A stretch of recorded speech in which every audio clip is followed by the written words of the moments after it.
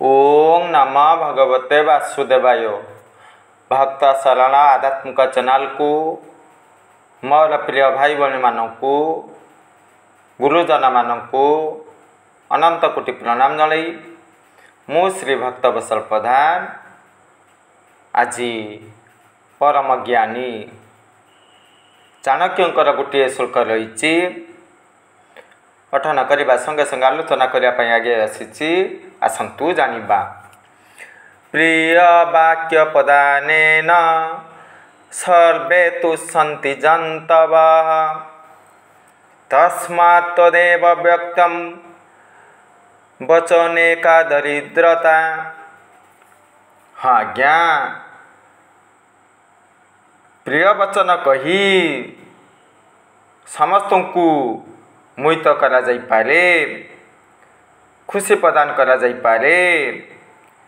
एई भली प्रिय वचन कहिबारे कुंठाबोध कौन पाई करिबा, कहिबारे दरिद्रता कौन पाई करिबा। अर्थात मधुर विनय वचन सदाबेले कहिबा। आपण माने जानिचंती मधुर विनय वचन कही तुष्यब प्राणी मन। समस्ते मधुर कथा सुनिबा पाई भल पाती पाती ना। उदाहरण नबा कोइली कुहुकु सुंदर स्वर रही था। काऊ प्रकृतिर झाड़ूदार तथापि लोक माने काऊ अपेक्षा कोइल को विशेष भाव भल पाती पाती ना। हाँ आज्ञा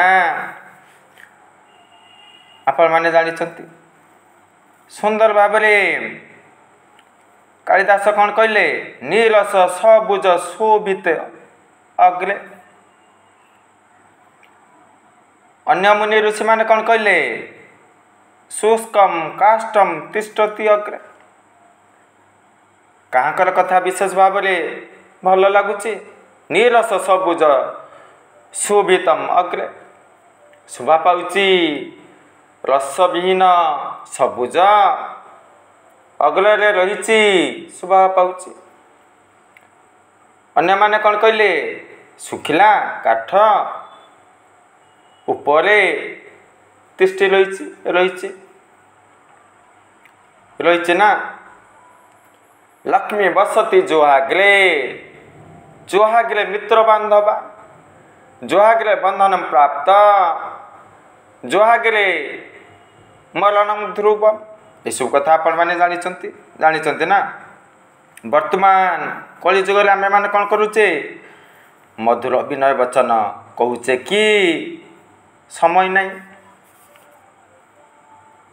मोबाइल देखिबा फेसबुक इंटरनेट व्यवहार करिबा यही सब कार्य लिप्त रहउचंती। व्यस्त बहुल दुनिया कहाँ पाखरे विशेष भाव समय नहीं मिसवा कथोपकथन करने समय नहीं। पुणी कई भावती एथिरू मिलिब कौन जदि मु अधिक शर्म करे अधिक अर्थ रोजगार करी आनंद रही ना। कही जानिले कथा सुंदर गढ़ी जानिले घर सुंदर। ये सब कथा आपण माने भल भाव जानी ना। गोटे उदाहरण नबा महाभारत रे गोटे उदाहरण रही। श्रीकृष्ण द्वितीय कृष्ण को सुंदर भाव गीता ज्ञान प्रदान करुले आध्यात्मिक ज्ञान प्रदान करुले। कर्म जुग ज्ञान जुग भक्ति जुग कौन कले जीव मुक्ति पाइब बंधन रे पड़ब पाप पुण्य विषय सुंदर भाव बुझाऊे। देखंतु संजय तांका पाखरे धृतराष्ट्र रही तम गुण को धारण कर गोटे पटरे मिछ कहे कि कर्तव्य कर्म करेंगे ना। कर्मचारी रही उचित कर्म करेंगे पुणी जदि मिछ कहे अधर्म हासिल करेंगे, नरकगामी हेबे। देखंतु श्रीकृष्ण अर्जुन को जो भाव में सुंदर भाव में गोटे पर गोटे उदाहरण नहीं बुझाऊले, से संजय मधुर विनय वचन प्रयोग करुले, अति सरल भाव में धृतराष्ट्र को बुझाऊले।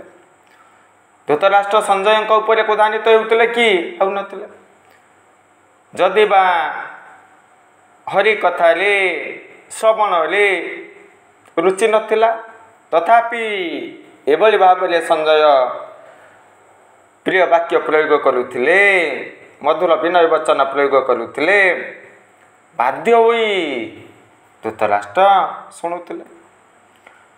आम्भे माने कौन शिक्षा हासिल कलु? निश्चित भाव में मधुर विनय वचन कहवा, जदि मधुर विनय वचन प्रयोग न करी समालोचना करिबा, कटु कथा प्रयोग करिबा, कौन घटिब? अंध का बेटा अंध। द्रौपदी माता कही ना, दुर्योधन प्रतिशोध नेले, महाभारत समर प्रक्रिया आरंभ होइतिला, कुरु संहार घटितिला। गोटे अपशब्दरे महाभारत सृष्टि हो पारे। से जुआरे अमृत रही, से जुआरे विष रही। तेणु भावी चिंती कहवा, चिंतन करवा, बुद्धि प्रयोग करवा। देखंतु भगवान कौन करिसंती? शरीर रे दुईटी हाथ रही कर्म करने, दुईटी गोड़ रही, दुईटी चक्षु रही, दुईटी कर्ण रही। कौन पाई दुईटी मुख जुआ देना?